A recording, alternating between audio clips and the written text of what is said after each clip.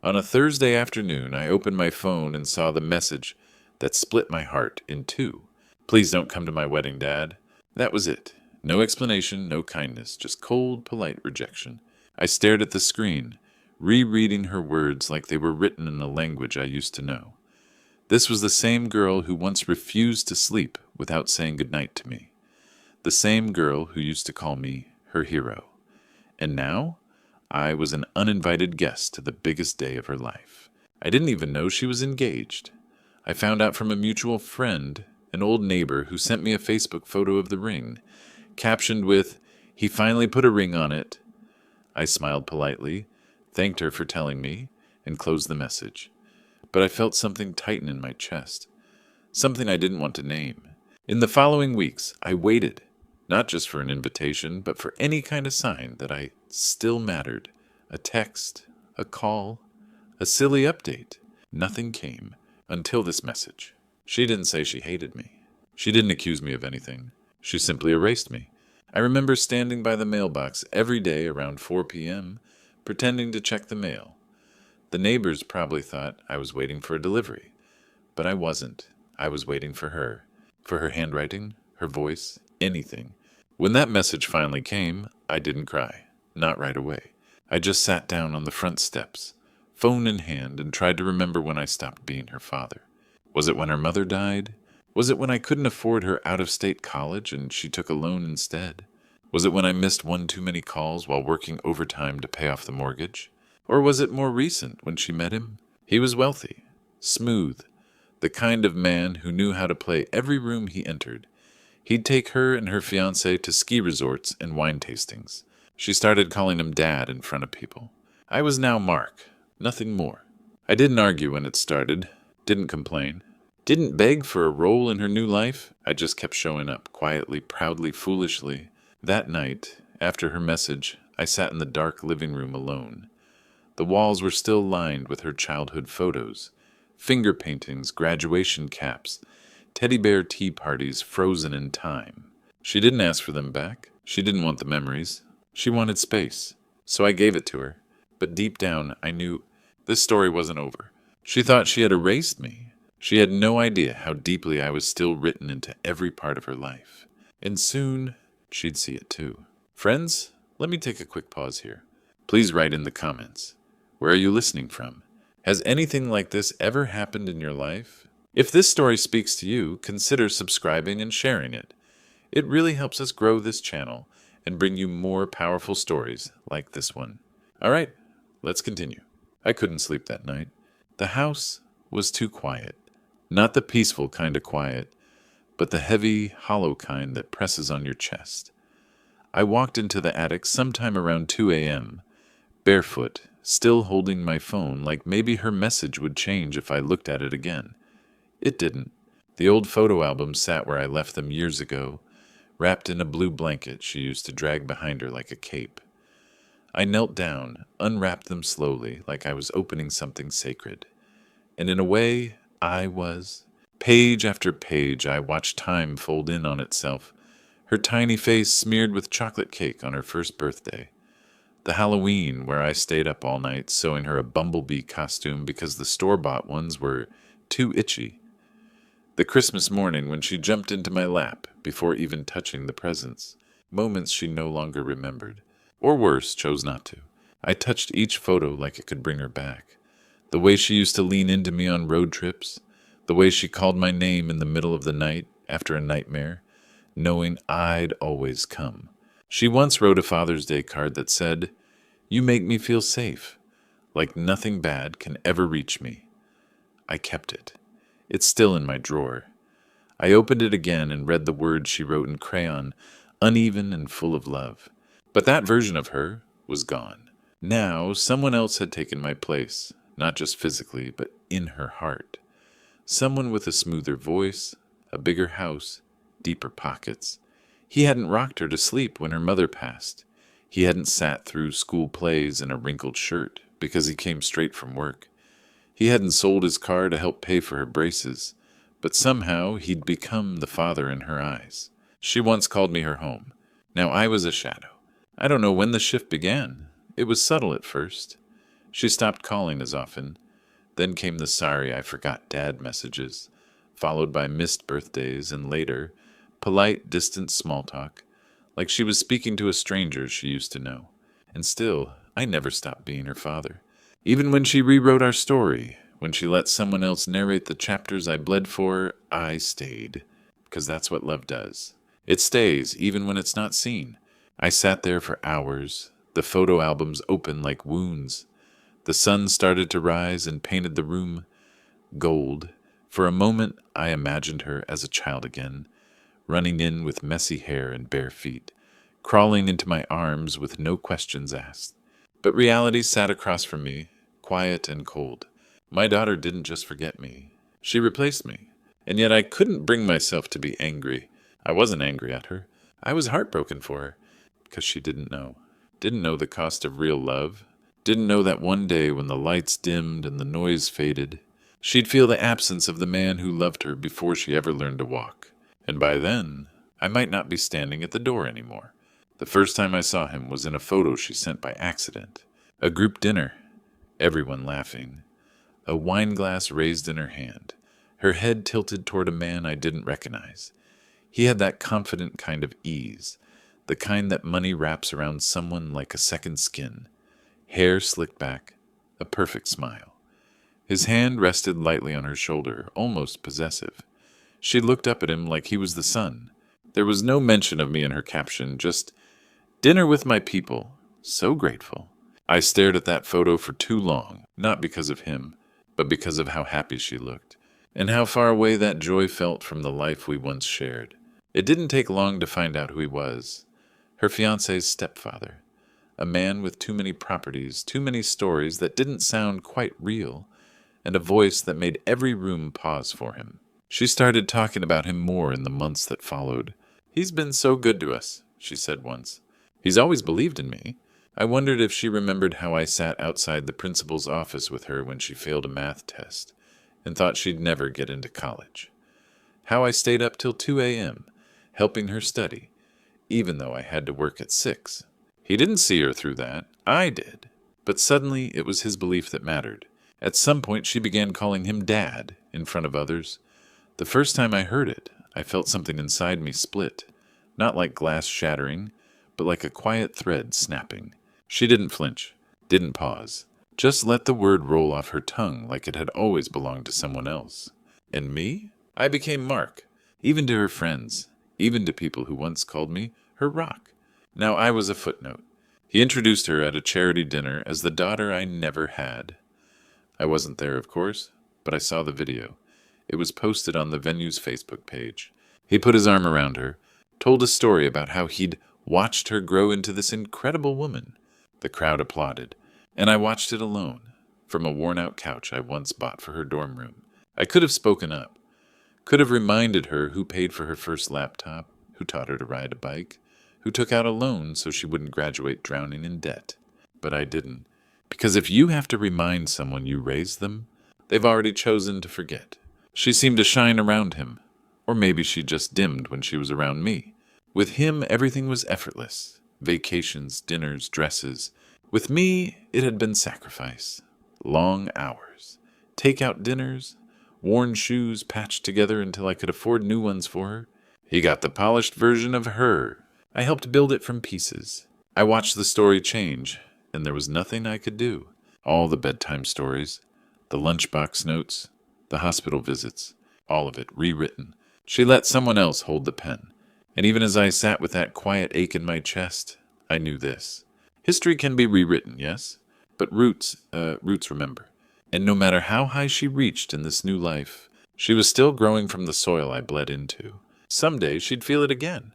Not in headlines, not in speeches, but in the silence. In the quiet absence of something deeper than wealth. And when that moment came, the man she now called Dad wouldn't have the words she'd need to hear. The hardest part wasn't the message. It was the space that followed.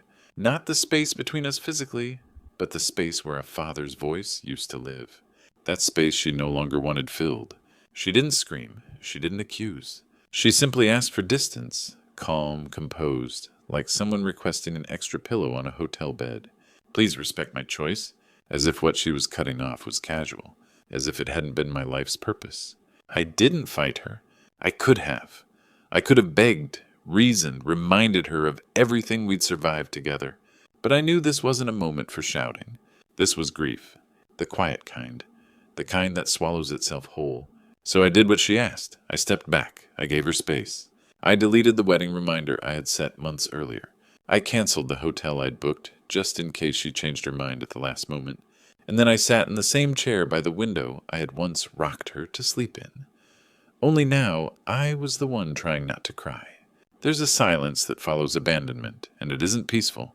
It echoes. It seeps into everything. Your coffee routine, the walk to the mailbox, the sound of your phone not ringing. It turns every familiar thing into a hollow replica. But what she didn't understand is that silence isn't surrender. I didn't step back because I was weak. I stepped back because I loved her too much to make her choose between her pride and her father. That's what real love does. It knows when to stay quiet, when to let someone walk away, even if it tears your heart in half. I watched her build a life without me, brick by brick, smile by smile. And every time she posted a photo with that man, his arm around her shoulder, her laughter bright and loud, I didn't comment. I didn't write to remind her who caught her when she fell. I didn't fight for a seat at the table she no longer set for me, because I was never trying to win. I had already won when I watched her walk for the first time. When she said I love you with peanut butter on her cheeks. When she clutched my hand at her mother's funeral and whispered, "Don't leave me too." She didn't remember those things. Or maybe she remembered them just enough to feel guilty. Maybe that's why she didn't want me there. Because standing in the presence of unconditional love is unbearable when you've traded it for convenience. But love doesn't evaporate when it's uninvited. It doesn't vanish because a new chapter has started. Love, real fatherly love, is like deep roots. It stays even when the tree forgets who planted it, even when it grows toward another sun. So I chose silence. But in that silence, I watched. I remembered. I waited. Not for her to apologize. Not even for her to come back. But for the moment life would remind her. Who held the umbrella long before she ever danced in the rain. She thought I was gone. She thought I had taken her silence and folded it into my life like an old shirt. Something packed away, out of sight, no longer worn. But love doesn't pack itself up neatly. It lingers. It haunts. It finds new ways to breathe, even when shut out of the room. While she was planning her wedding without me, I was planning it too, quietly, invisibly. Not because I wanted recognition, not because I hoped she'd change her mind, but because I knew her, knew what she deserved, knew what her mother would have wanted. And deep down, I think I needed to remind myself that even if she had forgotten who I was to her, I hadn't. She booked the venue at a vineyard just outside the city. I recognized the name from her early Pinterest boards, the ones she used to show me when she still wanted my opinion. Back then it was just dreams and sketches. Now it was becoming real. The owner called me directly. I had helped his son get through college years ago, paid for some textbooks when I heard they couldn't afford them. He never forgot. "I heard your daughter's getting married here," he said. "Anything I can do to help?" I wired the full payment before the next sunrise. Then came the caterer, some new-age elegant company with delicate hors d'oeuvres and 6-course plating. I reached out through a mutual connection. "An anonymous sponsor," I told them. "Just send the invoices here. No name attached." The florist was easier. She used the same shop that did her mother's memorial flowers. The same woman who held her when she couldn't stop crying after the funeral. When I called, the florist paused for a long moment. "She doesn't know?" "No," I whispered. "She won't until she's ready." One by one, I moved behind the curtain. No credit, no spotlight, no applause. I covered the dress. Yes, the dress.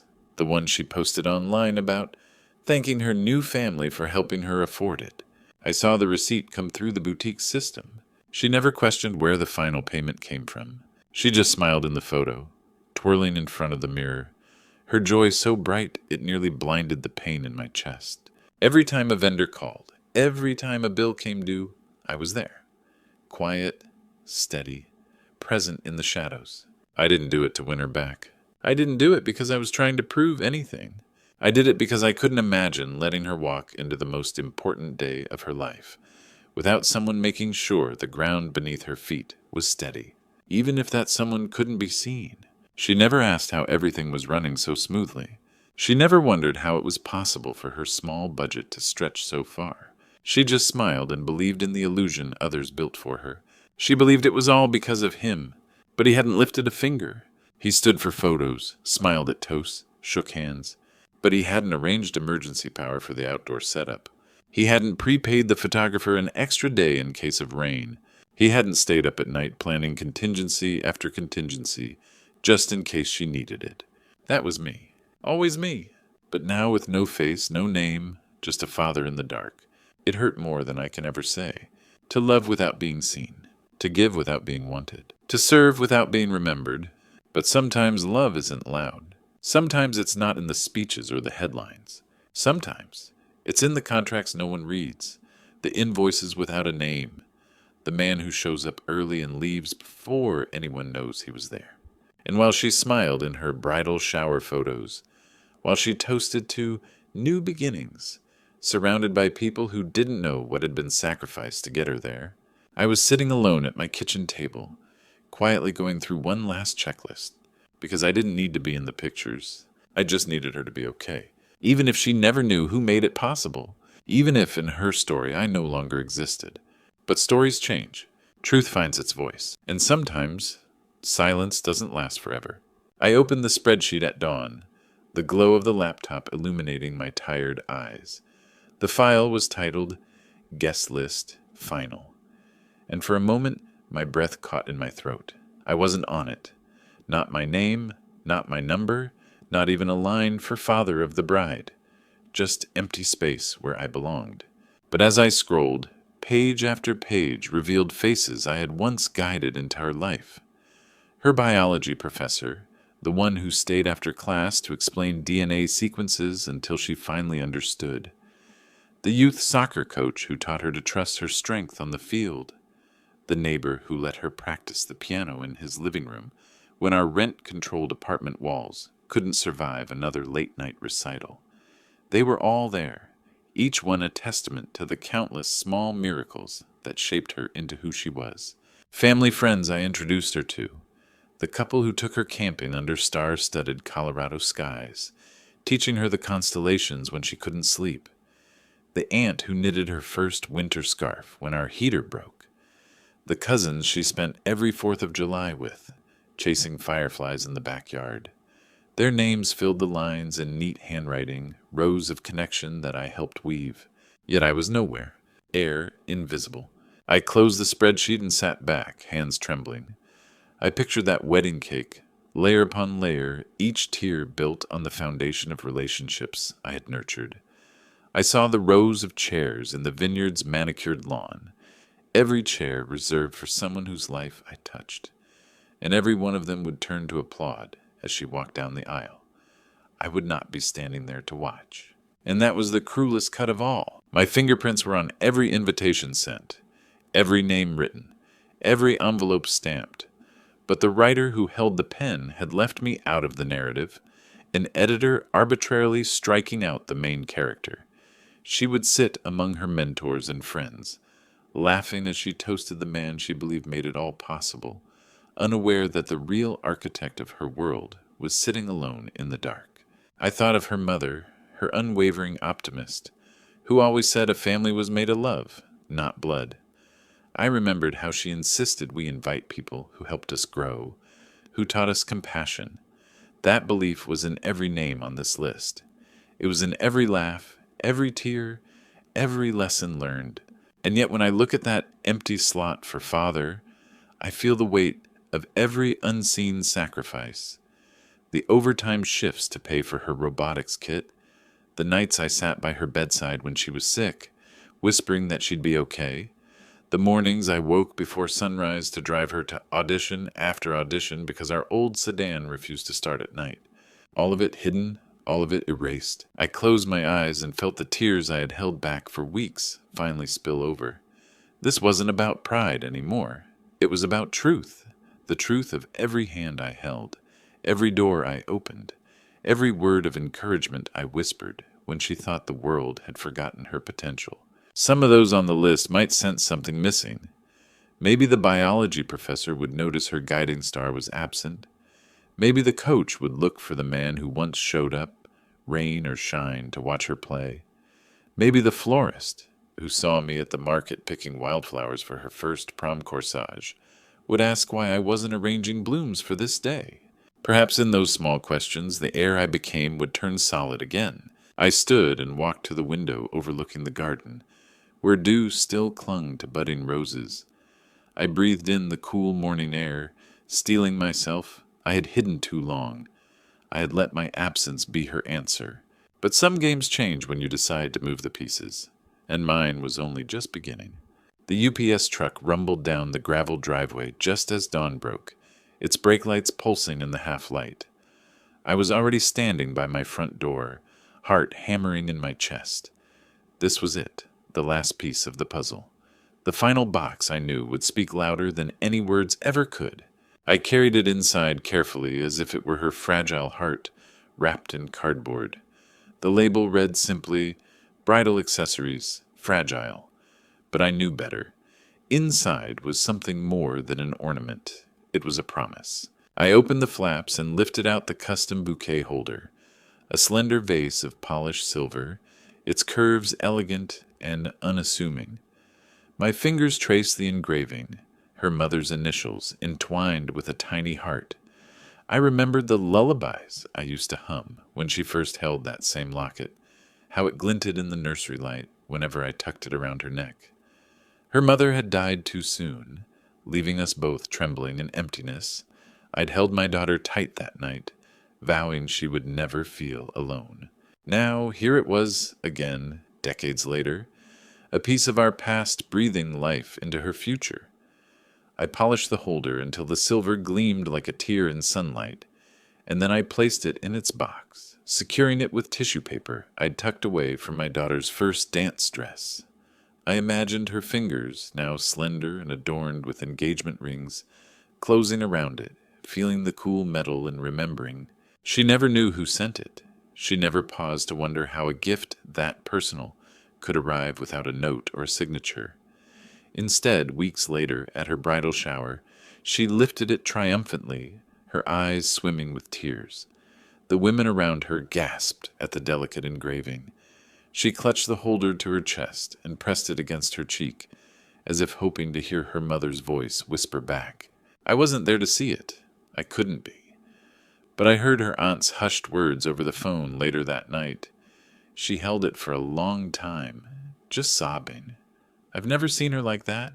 My own eyes grew wet at the memory, though I was miles away, sitting in an empty living room that felt less empty than any day before. I realized then that love doesn't need a name attached to be known. It finds its way in the spaces between words, in the curve of a vase, in the gleam of an initial. A week before the wedding, when the planner called out of the blue to confirm the final details, she stumbled over her words. "Mr. Walters, the bouquet holder, your gift, it's incredible." There was awe in her voice, and I felt something swell in my chest. Pride, grief, hope, all tangled into something too big for tears. I simply said, "I'm glad she likes it," and hung up. She had held that piece of her mother's memory in her hands, letting the past and present converge in her grasp. For a moment, just a moment, she remembered everything I had forgotten she knew, and that more than any ceremony or celebration was the real gift I'd given her. Because often the last box we deliver isn't the final chapter. It's the hinge on which the next chapter swings. And as she moved closer to the altar, carrying that silent echo of her mother's love, she was closer to me than she had been in years, closer than any invitation could ever place her.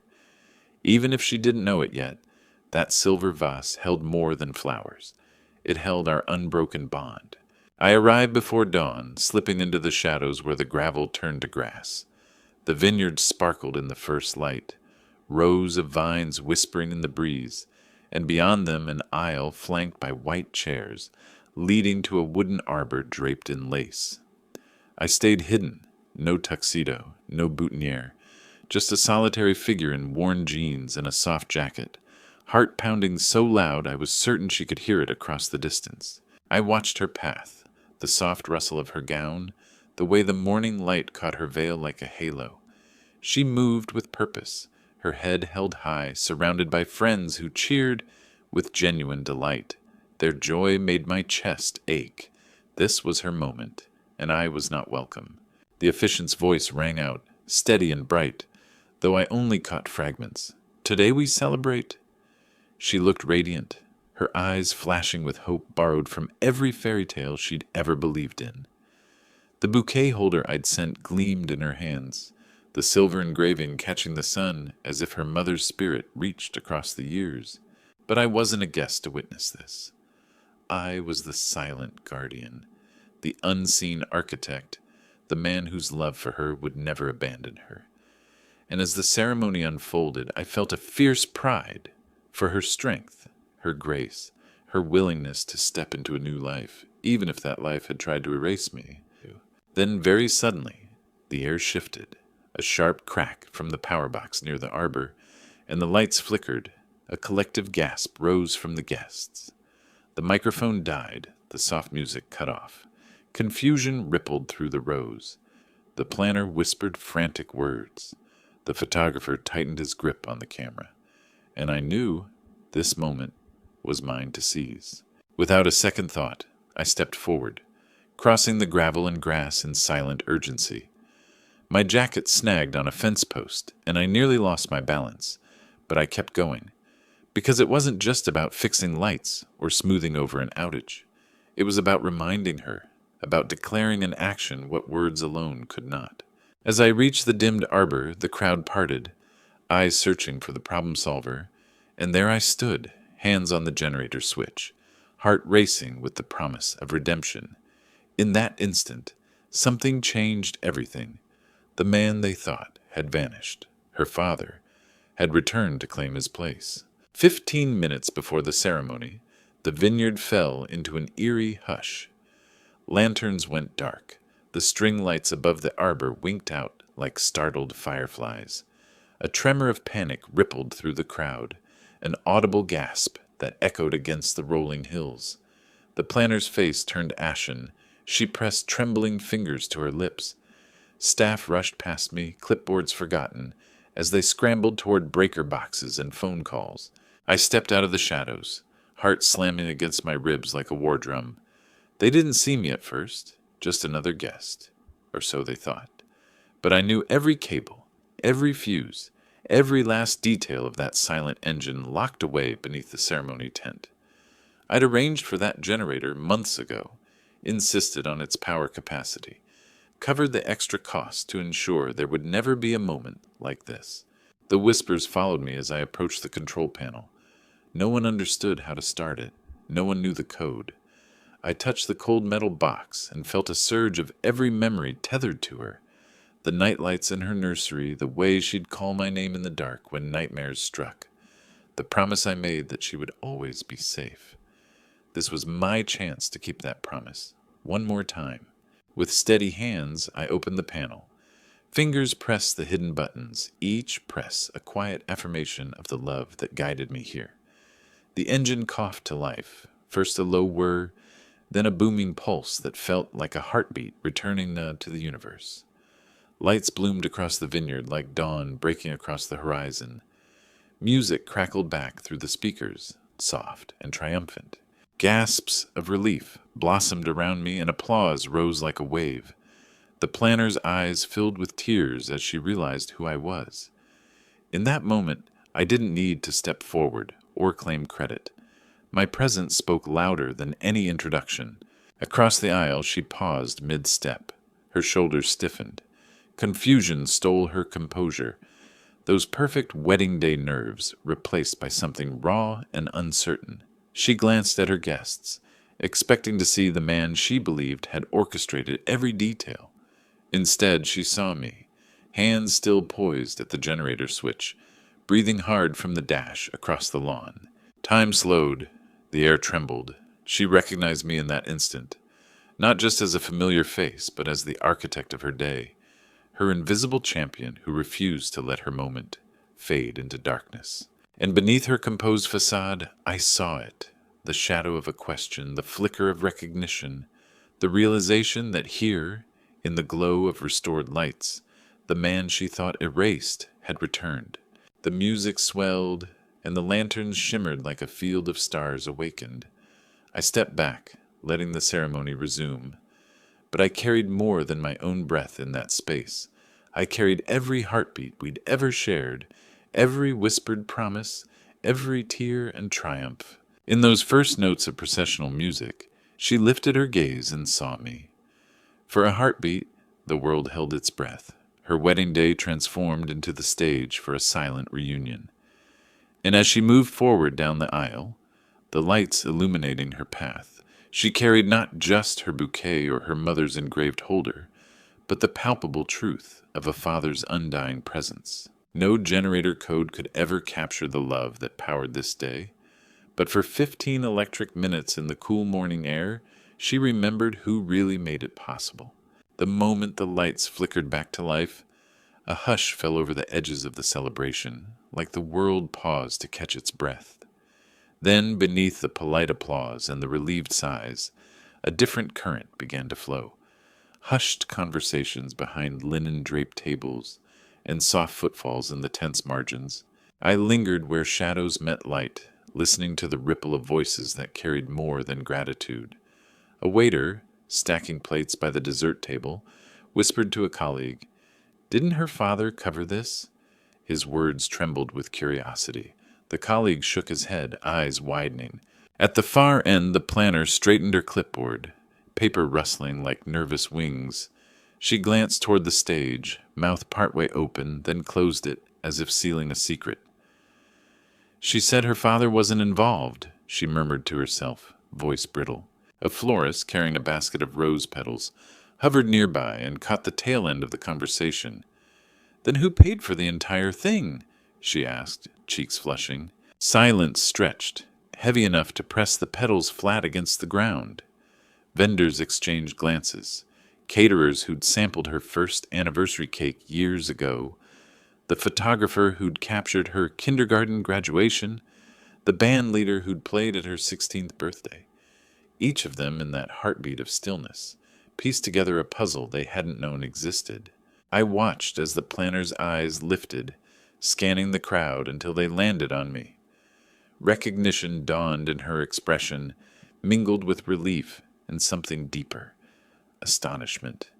The world around me blurred into muted colors, and in that slow-motion instant, I felt the weight of every invoice marked "Paid by Mr. Walters," and every discreet phone call I'd made to ensure perfection.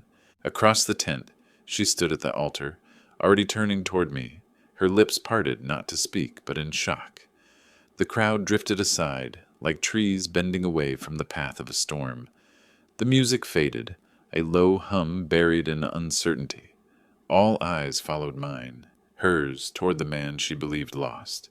The whispers grew louder, but their words no longer mattered.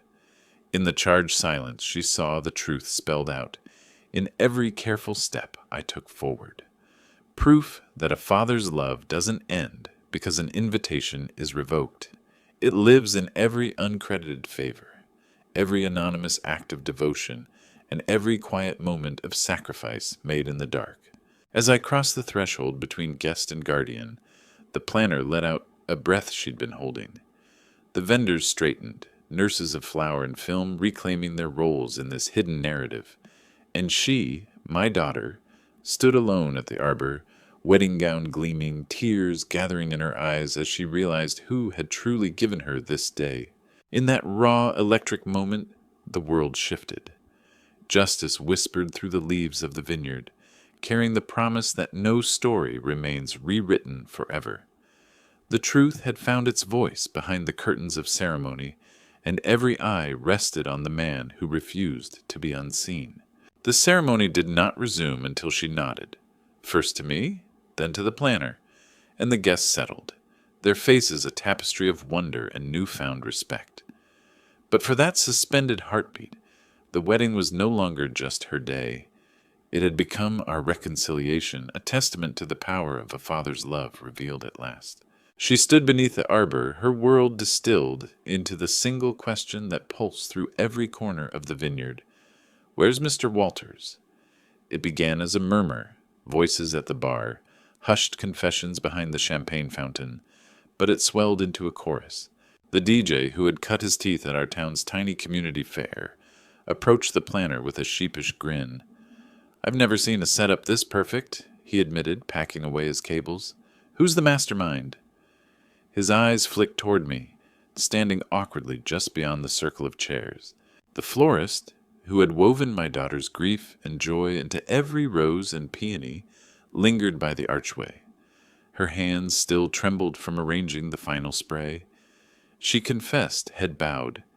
She told me her father wasn't involved, but I kept thinking, who else would know to ask for lavender from her mother's favorite field?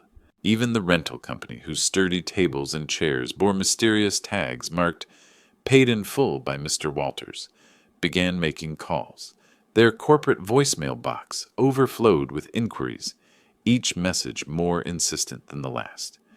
"We need to confirm shipping for the linens. Didn't her father handle that?" It was as if the name echoed through the vines, the gravel paths, the very breeze that carried the scent of open blooms. My name, once erased from every invitation, every conversation, had become the unspoken hero of the day. She listened from the altar, tears pooling at the corners of her eyes, as the realization rippled through the crowd. The guests shifted, glances sweeping from the planner to the vendors, and finally, to me. The man they had assumed abandoned now stood at the center of their gratitude, the silent architect whose unseen hands had orchestrated every detail. In that charged moment, I stepped forward. No grand announcement, no dramatic flourish, just a simple stride that closed the distance between us. The world held its breath. The back-and-forth whispers died away, replaced by the soft rustle of leaves overhead. She reached out, fingers brushing against mine, finding the same warmth she remembered from childhood. Around us, chairs scraped softly as guests rose not out of formality, but out of awe. They stood not to applaud a ceremony, but to honor a love that refused to stay hidden. Her gown shimmered in the golden light, and for the first time in weeks, her smile was unguarded. She realized that every laugh, every embrace, every tender moment of this day had my name etched into it, even if no one saw it at first. And as the florist ventured forward to place a single white rose in my lapel, an unspoken apology for her initial confusion, the vineyard transformed. What began as a celebration of union became a testament to the unbreakable bond between father and daughter. In the gentle hush that followed, she whispered the words I longed to hear, "Thank you, Dad." And in that truth, slipping free at last, we both found something more powerful than any wedding vow could ever promise. He hovered beside her like a misplaced prop, her fiancé's stepfather, all tailored suit and forced smile, suddenly dwarfed by the unfolding truth. The sunlight glinted off his cufflinks, the very same ones he'd worn to every planning meeting, yet he bore no claim to the expenses now unraveling around him.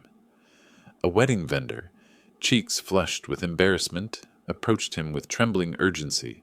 The catering invoice remained unpaid. The man stuttered, glancing at the planner for rescue, but there was none to be found.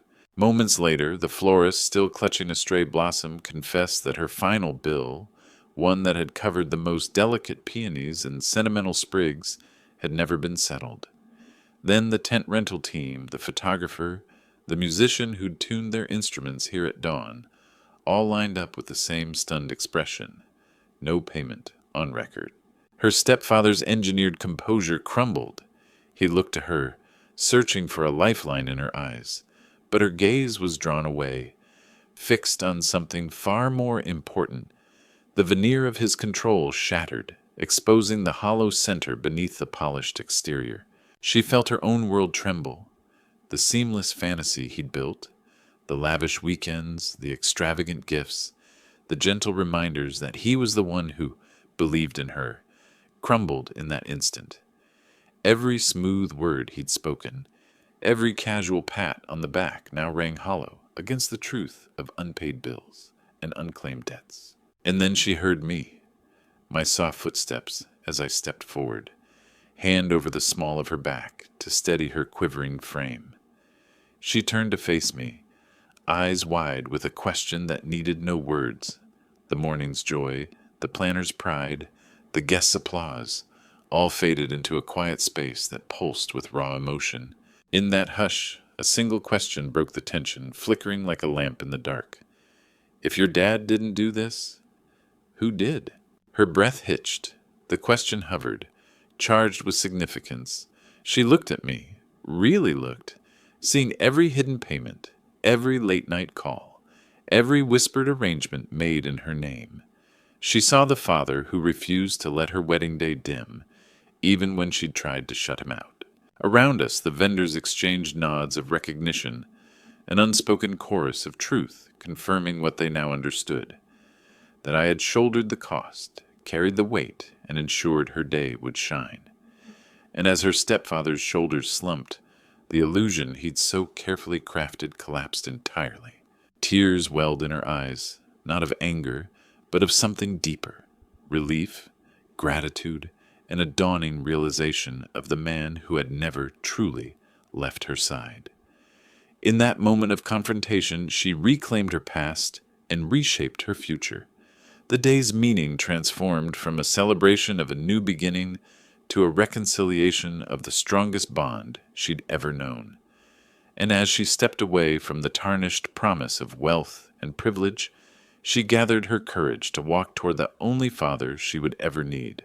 She slipped out of the bridal suite in her gown, the soft rustle of lace and tulle a whisper against the hushed panic of the staff.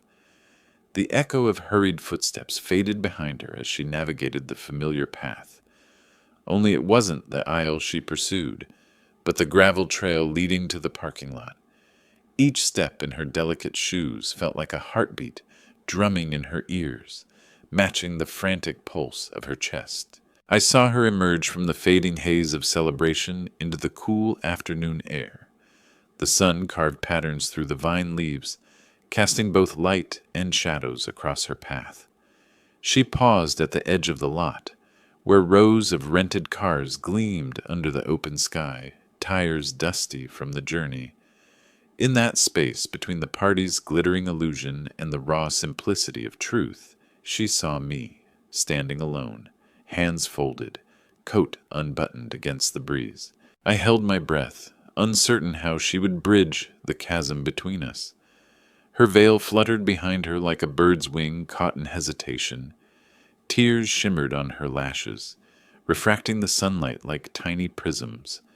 The world around us, the distant strains of the string quartet, the chatter of onlookers, fell away until it was just her and me, two souls tethered by memories too deep to sever.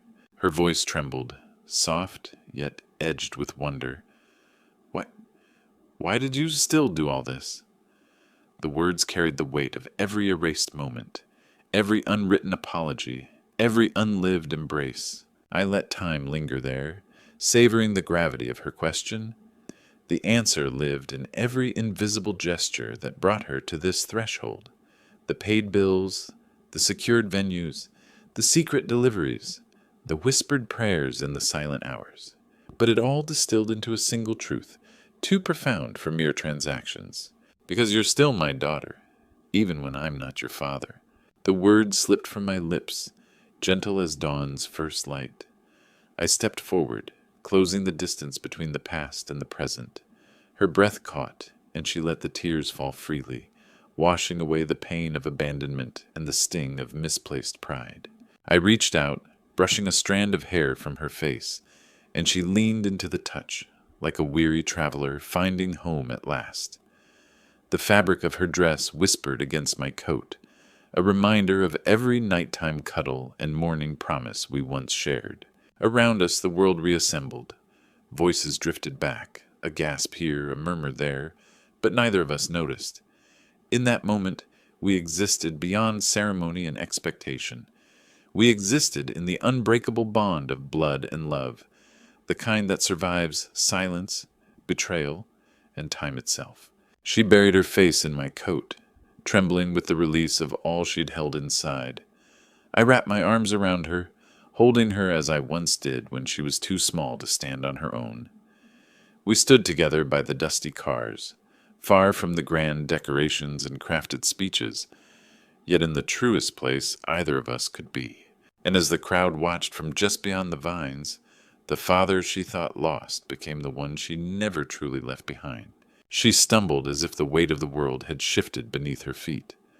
One moment she was standing tall, bride, daughter, woman forged by her own choices, and the next her knees gave way on the gravel. The soft whisper of lace against stone was the only sound as she sank down, the fine embroidery of her dress rustling like a wounded bird. Tears streamed down her cheeks in dark rivulets, smudging the carefully applied mascara into streaks that painted sorrow across her face. The cameras, set up to capture the pure joy of a fairy tale moment, clicked and whirred, immortalizing an image they weren't prepared to tell, the raw unveiling of a heart laid bare. In one trembling hand she clutched her mother's locket, the same keepsake I had sent in the final box, its silver surface glinting with memories she thought she had forgotten. She pressed it to her chest as if it could mend the fractures in her soul, its initials a reminder of a love that had never abandoned her, even when she had tried to erase it. In her other hand she held nothing but shattered pride. The veneer of perfection cracked open, spilling shame and regret across the dusty parking lot. Strangers whispered behind wide eyes, sensing a story far deeper than wedding vows. They didn't know the late nights I'd spent planning this day in secret, or the countless moments I'd waited silently, hoping for a chance to prove my love. They only saw the fallout of misjudged loyalty, the crushing realization that the man she'd tried to replace was the very foundation she'd built her dreams upon. She bowed her head, shoulders shaking with each sob, the locket's chain clinking softly against her gown. The polished world of designer dresses, lavish floral arrangements, and smiling guests faded into insignificance. All that mattered was the unfiltered truth flowing from her eyes, an apology without words, a confession of lost time, a plea for forgiveness she didn't yet know how to ask aloud. I knelt beside her, heart breaking at the sight of the woman I loved most, reduced to such a vulnerable state. Gently I reached for her hand, guiding the locket into my palm and pressing it close. The cameras continued their relentless work, but their lenses could never capture the depth of what passed between us. A father's unconditional love meeting a daughter's profound remorse. There, in the humble space between polished rituals and grand gestures, we both understood. Love endures beyond rejection, beyond pride, beyond even the most painful mistakes.